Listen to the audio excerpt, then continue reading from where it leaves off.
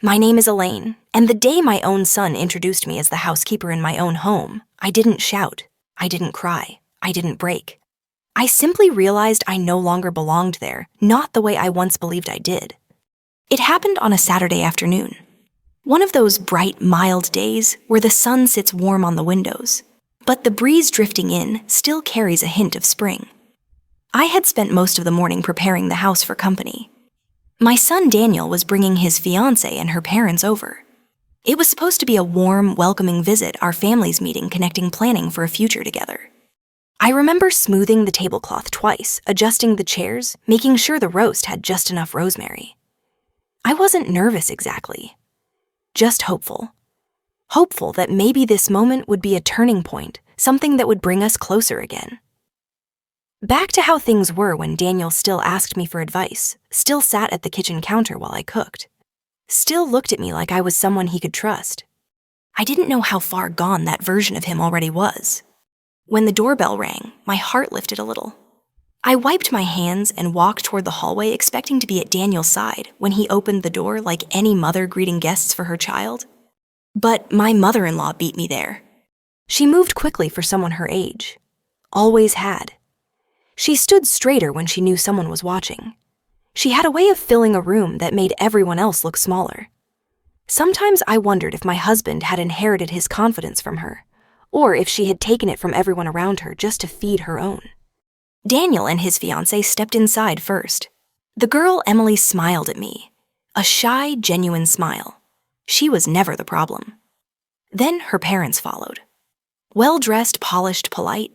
The sort of people who give compliments that feel like inspections in disguise. And then it happened. My mother-in-law placed a gentle hand on Emily's mother's arm, smiling sweetly, and said, "This is Elaine. She's the one who keeps the house in order, makes things run smoothly around here." The housekeeper. Not wife, not mother, not grandmother, not host. Just staff.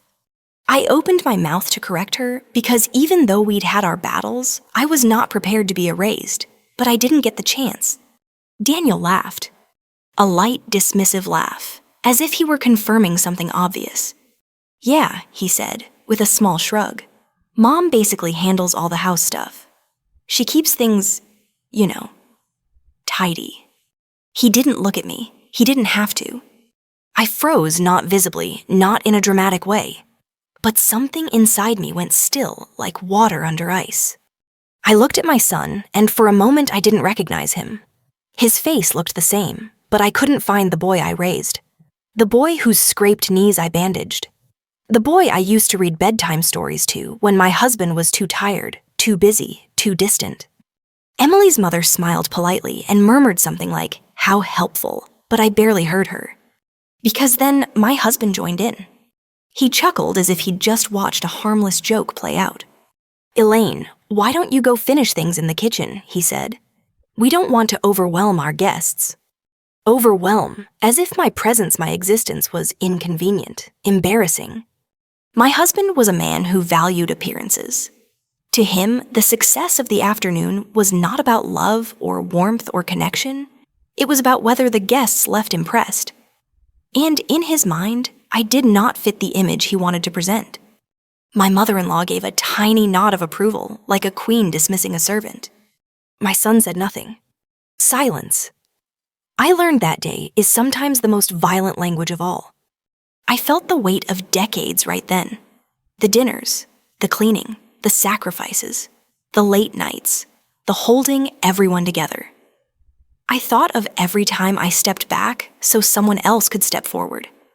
Every time I softened my words so someone else's wouldn't bruise. And this was what my love had earned me. Not respect, not gratitude, just convenience. I didn't scream. I didn't argue. I didn't plead for recognition or fairness or decency. I set down the dish towel I was holding. I walked to the living room, picked up my purse, and quietly put on my shoes. Nobody stopped me. Nobody asked where I was going. Nobody even looked twice. Until I opened the front door. And then Daniel turned, just slightly. "Mom," he said, confusion flickering across his face. But I didn't answer. I stepped outside, closed the door behind me, and let the house fall away like a place I had already left long before. The sky was a clear pale blue, the kind of blue that looks uncaring and infinite.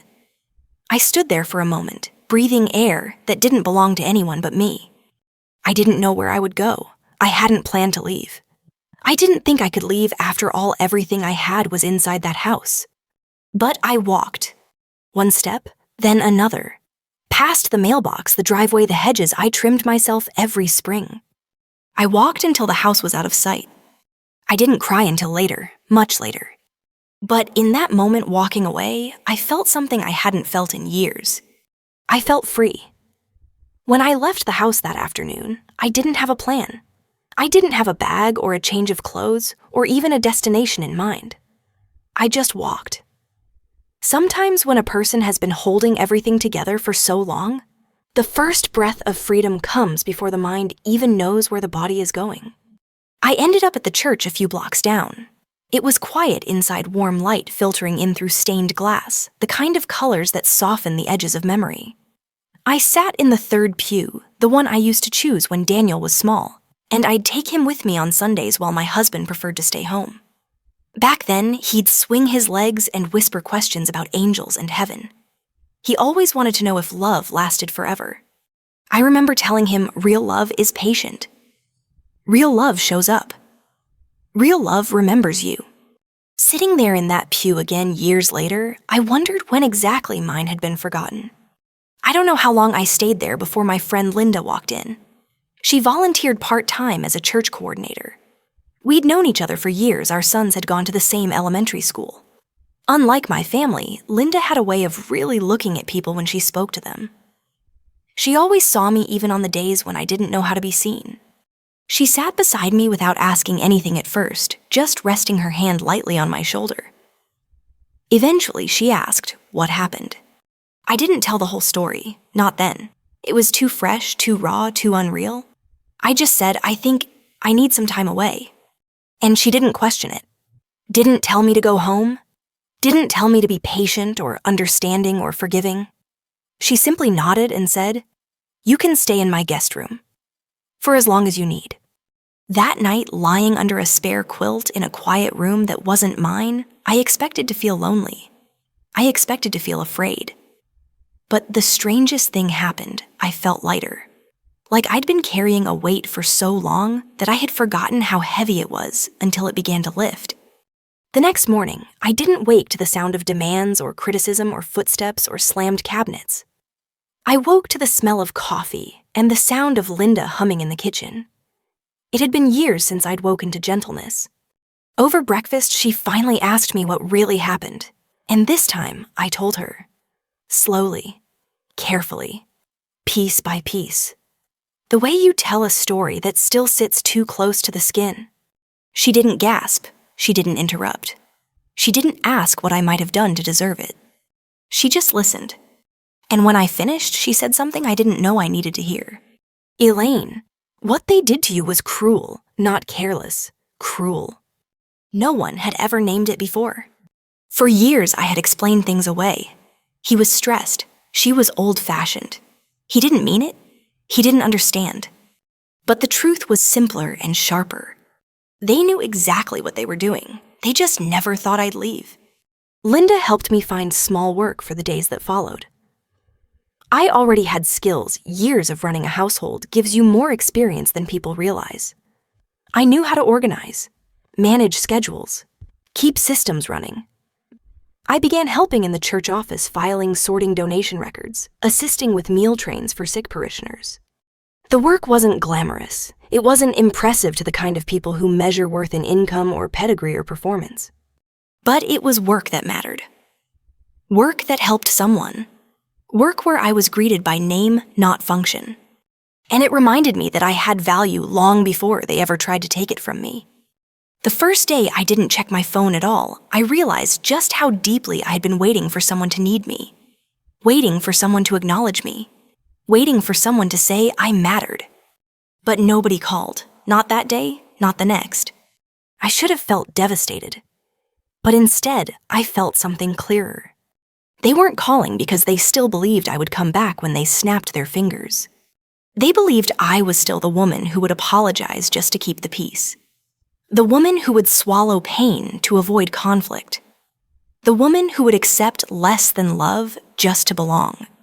They didn't know me anymore. Maybe they never truly had. My days began to form a quiet rhythm. I would wake early, drink coffee on the porch, with Linda listen to the birds. I found a calm I had forgotten was possible. I cooked meals for just myself. Simple ones with fresh herbs. Ones I ate slowly and with intention, instead of serving from the stove to a table where no one said thank you. I started taking walks in the early evening, moving, just to move, not rushing, not carrying, not preparing, just existing.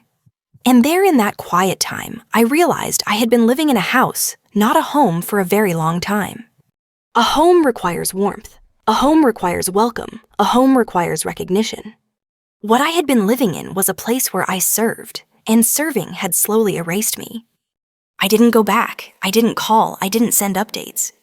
For the first time in years, my absence felt louder than my presence ever had. It was the silence that would change everything. The first real sign that my absence mattered didn't come in the form of a phone call or a text or someone showing up at the door. It came in the form of a story overheard by accident. About a week after I began staying with Linda, I went with her to the local grocery store. It was a quiet weekday morning, the kind where older couples walk slowly through the aisles and pick out produce with care. I was reaching for a bag of flour when I heard two familiar voices near the bread aisle. My husband and my mother-in-law. I froze not from fear, but from something heavier, older, something like exhaustion wrapped in memory. They hadn't seen me. They were arguing, or rather, my mother-in-law was criticizing, and my husband was defending himself poorly. She was always too sensitive, my mother-in-law said, her tone clipped.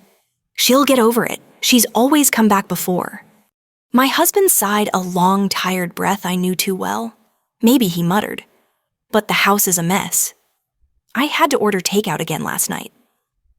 Daniel doesn't know how to do anything, and Emily's parents are asking why dinner wasn't home cooked. And whose fault is that she snapped? She left over nothing. Over nothing. The moment replayed in my mind as vivid as the day it happened. Me in my own home.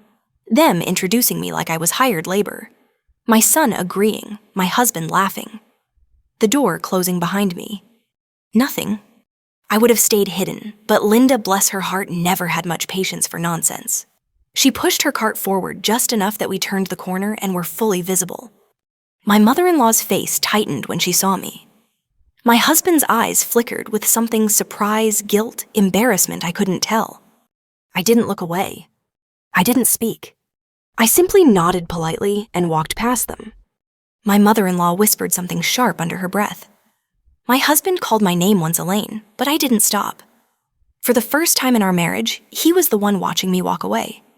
That day, I realized something important. My absence was not insignificant. They had just never been forced to confront it before. Linda and I settled into a steady rhythm after that. I worked at the church office part-time, organizing receipts and prepping weekly volunteer schedules. I found comfort in small tasks that were predictable, traceable mine. There was no criticism, no second guessing, no invisible expectations. Just work, warm, purposeful work. The church started a meal program for elderly residents who lived alone, and I offered to help. I cooked casseroles and soups, dropped them off at doorsteps, met faces lined with age and loneliness that eased into gratitude when they saw me. I wasn't needed in the way I had been at home. I wasn't taken for granted. I was appreciated. One afternoon, I delivered food to Mr. Turner, an old widower who lived 2 streets over.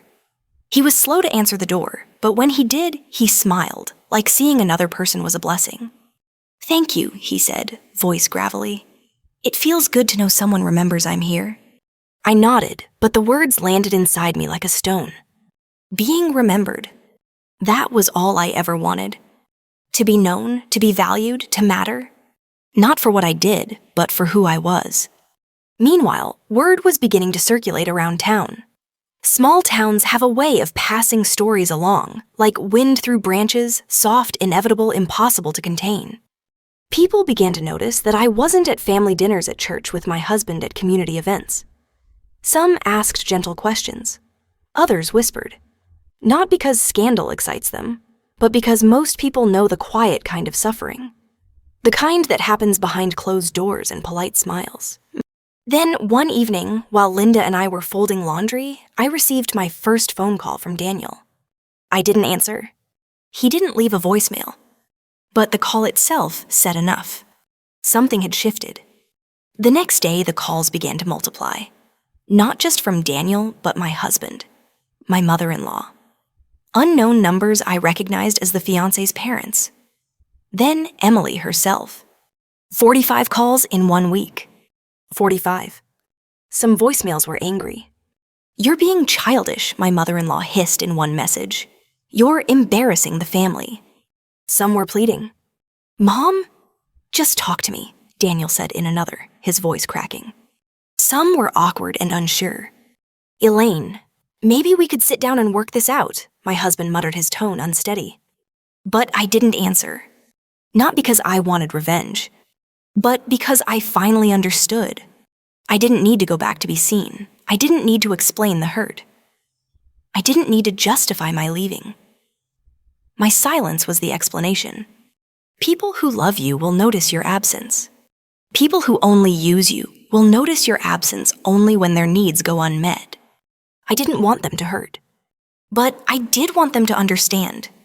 One evening, as the sun lowered golden and soft across the kitchen, Linda poured us both tea and said, "Do you think you'll ever go back?" I held the warm cup between my palms and let the quiet settle before I answered. "I'll go back," I said, "when they ask for me, not for what I do. When they call me mother, not housekeeper, not help, not convenience. Mother. Person. Human. That was the difference. And until they understood it, I would remain exactly where I was, building a life that belonged to me. The calls continued, though they slowed a bit after the first week. It wasn't that the urgency died down, it simply changed shape. The tone shifted from demanding to uneasy, from uneasy to uncertain, and from uncertain to something close to regret. But regret alone isn't enough to heal a wound. Regret is just a shadow of understanding. And I needed more than shadows. I stayed with Linda, continuing my work at the church office. The days flowed into each other softly. For the first time in years, my life wasn't structured around someone else's schedule or mood. There was no rush to have dinner done by 6. No quiet pressure to anticipate the needs of others before they formed. No fear that something I said or didn't say would set someone off. I had room to breathe. But just because I was breathing again didn't mean the people I left behind weren't struggling. The first real ripple came through gossip, small-town news travels on the wind, through grocery aisles, church pews, and the space between car windows. One morning, while sorting volunteer spreadsheets at the church, I overheard 2 women speaking near the bulletin board. That dinner the other night was a disaster, one said. The poor future in-laws looked horrified. Apparently, her son can't even fry an egg. And the grandmother, she was complaining the whole time, saying the house doesn't run itself. Well, imagine that. They both laughed in that way women do when they're tired of the world's unfairness. I didn't join their conversation. I didn't even make a sound. But the truth settled over me like cool air. They had depended on me for more than chores. I had been the quiet pulse of that home, the steady hand that kept chaos at bay without anyone noticing it. Not until it was gone. Then, one afternoon, I ran into Emily, the fiancé, outside the pharmacy. She looked nervous when she approached me, like she wasn't sure if she was welcome in my space. I appreciated that. Respect begins with hesitation. "Elaine," she said softly, "I've been hoping I'd run into you." I nodded, giving her room to speak. Her voice trembled. "I didn't know what your family said that day. I didn't realize that they treated you that way. I should have said something. I'm sorry." She wasn't responsible for what happened, but she wasn't blind to it either. And that mattered. I placed my hand gently on her arm. "It wasn't your job to fix it," I said, "but thank you for seeing it." She swallowed. "Things have been tense." My parents are worried. They think Daniel might not understand how to build a home. Not without you." There it was not said with judgment, but with truth. I didn't respond, but my silence carried more weight than words. The next ripple arrived through my husband. He came to the church. I recognized his footsteps before I saw him heavy, impatient, familiar, in a way that made my chest tighten. I was filling envelope packets for donation receipts when I heard him clear his throat. "Elaine." He said my name like a question, like a plea, like he hadn't realized how much space my name held until he had to say it out loud. I turned calm as still water. He looked smaller, tired in a way I had never seen before. There were lines on his face that hadn't been there weeks ago, the kind carved not by age, but by consequence. "We need to talk," he said. I didn't invite him to sit. "Then talk," I replied. He shifted, searching for footing. "Things have been different at home. Hard. Your mother, my mother, she's been critical. And Daniel is struggling. Emily is upset. I didn't mean for things to happen the way they did." I let him speak. Let him untangle his discomfort. Let him feel every inch of it. When he finished, I asked one question. "What exactly did you think would happen?" His face changed then, the realization of his own role finally taking shape. "I thought—" He stopped, shook his head, voice low. "I thought you'd stay."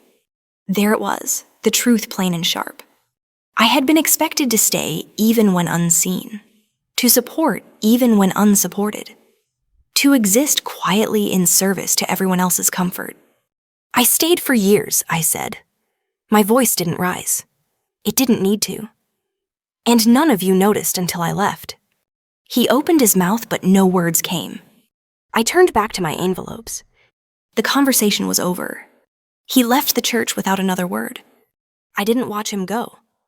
The final ripple came through my son. Daniel didn't call this time. He didn't send a message. He came in person. I was in the garden behind the church helping plant winter pansies in raised beds. I heard footsteps on gravel and turned to see him standing there, shoulders hunched like a boy who had gotten in trouble. He didn't look like the grown man who had laughed as I was dismissed. He looked like the child I once knew, the one who scraped his knees and reached for my hand without hesitation. "Mom," he said. Just that one word, but his voice cracked on it. I set down my trowel. He came closer, eyes shining, breath uneven. I didn't realize what I was doing. I didn't think. I just wanted to make a good impression. I didn't think it would hurt you. I could have said so many things, but I didn't. I simply asked, "Would you have let anyone call your wife the housekeeper in her own home?" He froze. The answer was no. We both knew it. He sank to the garden bench beside me, head in his hands. "I'm sorry, Mom. I am so sorry." This time I placed my hand on his back, lightly, gently, compassionately. Not forgiveness? Not yet. But acknowledgement. Healing begins with truth. And he had finally spoken it. The turning point didn't happen all at once. Change rarely comes like thunder. It arrives in quiet shifts. Small realizations, pauses in conversation, moments of discomfort that don't fade. After Daniel came to see me in the church garden, something fragile and real had finally opened in him. But sincerity alone doesn't rebuild trust. Words are only the beginning. Over the next few days, Daniel sent gentle messages. Simple ones. Not apologies repeated, not pressure or guilt. Just updates. Small human things.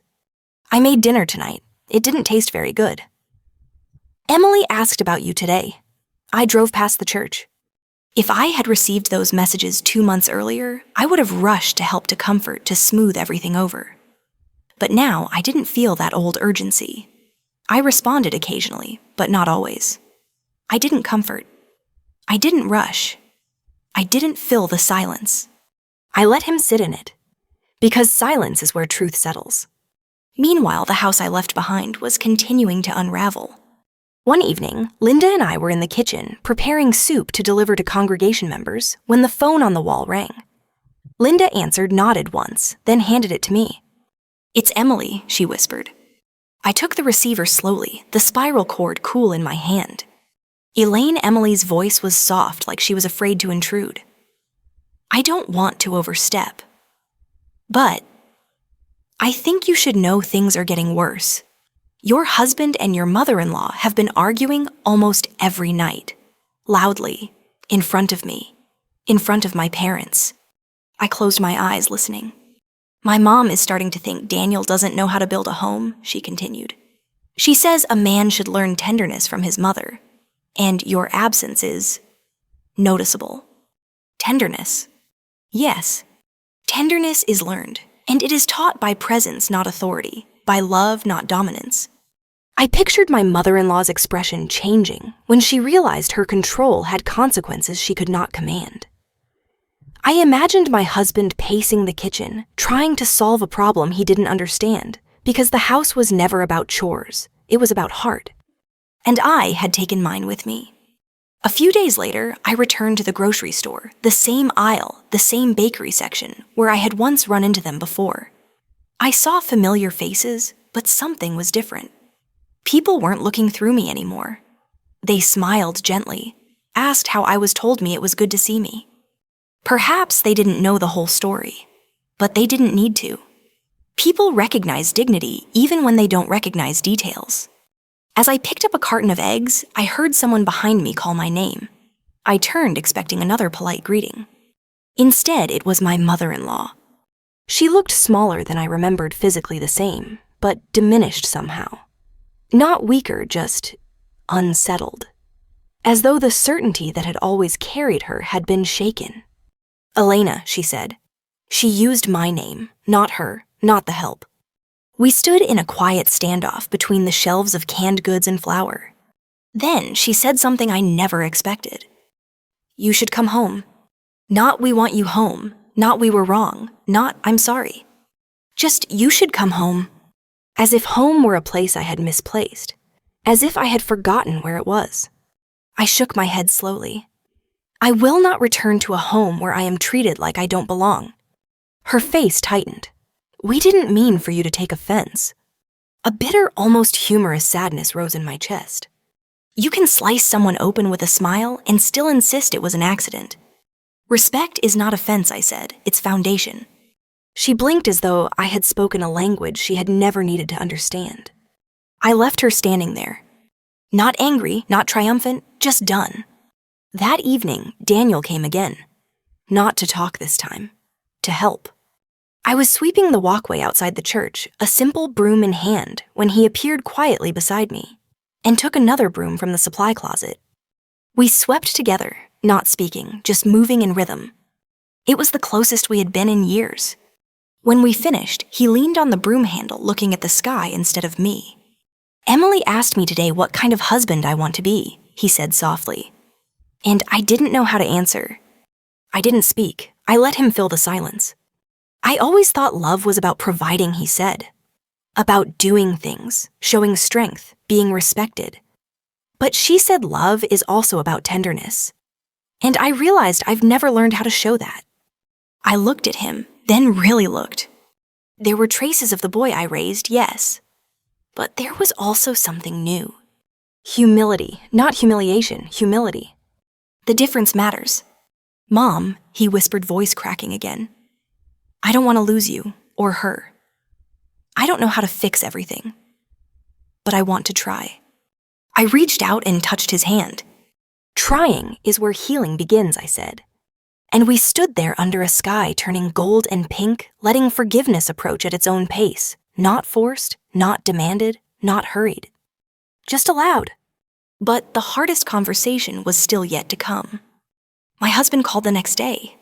His voice was quieter this time. Not uncertain, but subdued. "Elaine," he said, "we need to talk. Just you and me. Not come home, not you're being dramatic, not we need you. Just we need to talk." And there was sincerity in it. I agreed to meet him, but not at the house. Neutral ground, public, safe, equal. We chose a park bench under a large oak tree, a place where we once sat together in our first year of marriage. a place where love had once felt young and open. He sat down slowly, hands clasped in his lap. I didn't realize he said, "I didn't realize how much of this house of our life was built on you. Not the work you did, but the way you held everything together. The way you made it feel like a home." His voice wavered. I laughed that day because I thought appearances mattered more than feelings. I thought respect was something that could be implied instead of spoken. I was wrong. My throat tightened not with tears, but with the quiet recognition of truth finally spoken aloud. For the first time in a long time, he looked at me. Really looked. "Come home when you're ready," he said. "Not because we need you, but because we miss you." There was no demand. Only invitation. Not possession. But hope. I didn't say yes. Not right away. Not even with the gentleness in his voice or the sincerity I had waited years to hear. Because words, even truthful ones, are still only beginnings. Returning to a life halfway repaired can reopen a wound before it heals. I needed to know that what I was returning to was not just an apology, but a transformation. So I told him, "We'll talk again." Later.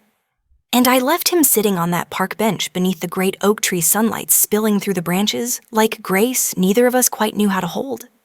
For the next several days, I lived my life quietly. I worked at the church office, prepared meals for homebound neighbors, joined Linda on evening walks along tree-lined streets where autumn had begun stitching gold into the leaves. The air smelled of wood smoke and warm bread familiar grounding. I noticed that I had changed. Not loudly, not dramatically, but deeply. I no longer felt the urge to explain myself. I no longer feared disappointing anyone. I no longer felt responsible for other people's emotional balance. There was peace in that, a peace I had not known since before I married. But healing doesn't erase love, it clarifies it. I still loved Daniel. I still loved my husband. Even my mother-in-law somewhere in the tangled threads of loyalty and history.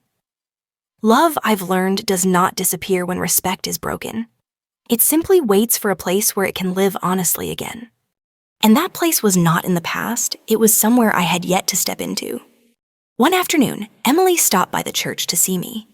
She seemed nervous, like she wasn't sure how welcome she was in my world.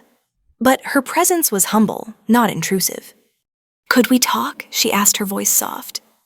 We sat together at a wooden table in the fellowship hall. Sunlight glowed across the table between us. "I wanted to tell you something," she said, folding her hands in her lap. "My parents, they were impressed by the way you left." I blinked. Of all the things I expected, that was not one of them. She continued. "My mother said that dignity is the rarest strength, and that a woman who knows her worth teaches everyone around her how to treat her." I felt something warm bloom behind my ribs. Not pride, something gentler, recognition. "And Daniel," she added, "he's been trying, really trying. He started cooking, cleaning, talking about things he never talked about before. Feelings, regret, growth." Her voice trembled slightly. "He wants to be a good man, but I think he needs his mother to show him how." I nodded slowly. "I won't show him by returning to the place that hurt me," I said. "I'll show him by returning only when respect has taken root, not just spoken, but lived." She understood. I could see it in her eyes. Sometimes love needs space. Sometimes family needs distance to see clearly. Sometimes presence requires boundaries. The very next day, I visited the old house. I didn't call first. I didn't announce anything. I simply walked the familiar path up the driveway past the hydrangeas I planted years ago. They were turning autumn red, deep and strong, not fragile. My husband opened the door. He didn't reach for me. He didn't crowd me. He stepped back and let me enter on my terms. My mother-in-law was in the living room, seated stiffly, hands folded in her lap. There was strain in her posture, but also something I had never seen in her before. Uncertainty. Daniel stood near the fireplace. When he saw me, he didn't rush forward. He didn't cry out. He simply placed his hand over his heart and bowed his head just slightly, like someone acknowledging sacred ground. Silence filled the room, not the tense, bitter silence of old, but a softer listening silence. I spoke first. "When you introduced me as the housekeeper," I said, looking first at my husband, then at my mother-in-law, then at my son, it wasn't just an insult. It was the truth of how you had come to see me. Not as a partner, not as a mother, not as a woman with a life and heart of her own, but as someone who served your needs. My voice didn't shake. "But I am not a servant," I continued. "I am a wife. I am a mother. I am a woman. And I will not return to a home where I am anything less than that." My mother-in-law looked away. My husband swallowed hard. Daniel nodded, tears rising quietly, like he had been waiting for this moment of clarity. "We understand," my husband said, voice steady but humbled, "and we are ready to do the work. Not to be forgiven quickly, not to make this go away, but to truly change how we treat you and how we treat each other." Daniel stepped closer, not touching, only speaking. "Mom," he said, voice full and clear, "I want to build a home where love feels safe, where people speak kindly, where dignity is never a question." I looked at him, the child I raised, the man he was becoming, the man he still could be. "Then we will rebuild," I said softly. "Together, slowly, honestly." My mother-in-law didn't apologize, not in words. But she stood, walked to the kitchen, and began washing the dishes in silence. It was the smallest gesture, and yet in that moment, it was everything. Some apologies are spoken softly through actions long overdue. I didn't move back in that day, but I did stay for dinner. Not to cook, not to serve, just to sit at the table, in my place. And they made room for me. Healing is not a single moment. Healing is a series of small, ordinary choices made again and again. When I left that house, I thought I was walking away from what was broken. But what I really did was create the space for something new to grow, something I didn't realize we all needed. After that dinner, the one where I sat not as a servant but as myself, I didn't move back in right away. I still returned each evening to Linda's house. I slept in her quiet guest room. I woke to slow mornings and soft sunlight. I needed that gentleness. I needed to remain in a place where peace lived, so that when I went back to the old house, I could bring peace with me instead of losing it to my past. We made a plan.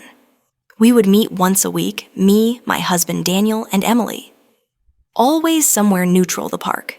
The church garden, a little cafe downtown that had been around since before I was born. We didn't talk about blame. We talked about patterns, about how we missed each other without realizing it, about how unspoken expectations can turn into prisons even inside the walls of a family home. And slowly, the emotional air began to shift. Daniel became softer in a way that didn't diminish him. He listened more. He let silence sit without rushing to defend himself. He asked questions, real ones, the kind that required him to look inward. I saw him choosing patience in conversations that once would have been filled with pride. He tried, and the trying mattered.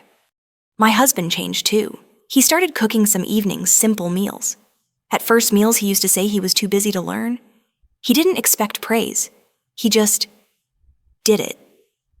I watched him fold laundry one afternoon awkwardly, unevenly, and I realized it wasn't about the chores. It was about humility, about recognizing that love is not something you sit back and receive. Love is something you tend to like a garden that asks you to kneel. Then there was my mother-in-law. Her change was the smallest, subtle as a shift in wind direction, but still real. She didn't become someone entirely different. People rarely do. But she became quieter, less quick to command, more aware that her words had weight. She didn't apologize, not in words, but there were mornings when she would hand Daniel the broom, or she would wash her own teacup instead of leaving it in the sink. Tiny, whisper-sized acknowledgments that respect is not owned. It is earned. And Emily, sweet, gentle Emily, became a bridge. She listened. She learned. She understood the importance of building a home where everyone belonged. She carried herself with grace beyond her years. One afternoon, she took my hands in hers and said, "I want to marry into a family where love doesn't need to be proven, only shared." I squeezed her hands back, warmth blooming through both of us. "Our family can become that," I told her. but we must build it together, carefully, kindly, intentionally. She nodded, and I saw hope rise in her eyes, not naive hope, but the kind rooted in truth. It took months before I brought my things back into the house. Not because I was afraid, though fear lingers even after it is named, but because I wanted to return with purpose, not obligation. On the day I moved home, Daniel helped carry boxes from Linda's car. My husband held the front door, not like a man waiting for someone to enter, but like a man welcoming someone home. My mother-in-law sat at the dining table, hands folded, watching quietly. I walked through each room noticing what had changed, what had stayed the same, and what no longer held power over me. The house felt different, not because the walls or furniture had changed, but because I had. This time, I entered as a woman who knows her worth. When we sat down to dinner that evening, something small and beautiful happened, something I will never forget. Daniel reached for my hand first, then my husband, then Emily. Even my mother-in-law placed her hand gently on top. No words were spoken. None were needed. The moment spoke for itself. Today, if you walked past our home, you would not see perfection. We don't pretend we never broke. We don't pretend we never hurt each other. We don't pretend everything is easy now. But you would see warmth in the windows. You would hear laughter in the kitchen. You would notice that when we speak, we look one another in the eye. And when we apologize, we mean it. We didn't erase the past. We learned from it. That is the difference. Love is not proven through sacrifice. Love is not earned through suffering. Love is not real if it asks you to disappear. Love is real when it lets everyone be seen. If you are listening to this story and you feel invisible in your own home, or you feel small in the presence of people who should love you the most, I want you to know something. You are allowed to step away. You are allowed to choose silence over argument. You are allowed to choose yourself without apologizing for it. And sometimes choosing yourself is the very thing that teaches others how to love you again. If this story touched you, if you've lived a story like this, if you are still learning how to be seen, you are not alone. Take a breath. Stand up gently. Walk toward the life that recognizes you. And if you'd like to hear more stories like this, stories of dignity, love, and quiet strength, feel welcome to stay with us, to share, to reflect, or simply to be. Thank you for listening. The end.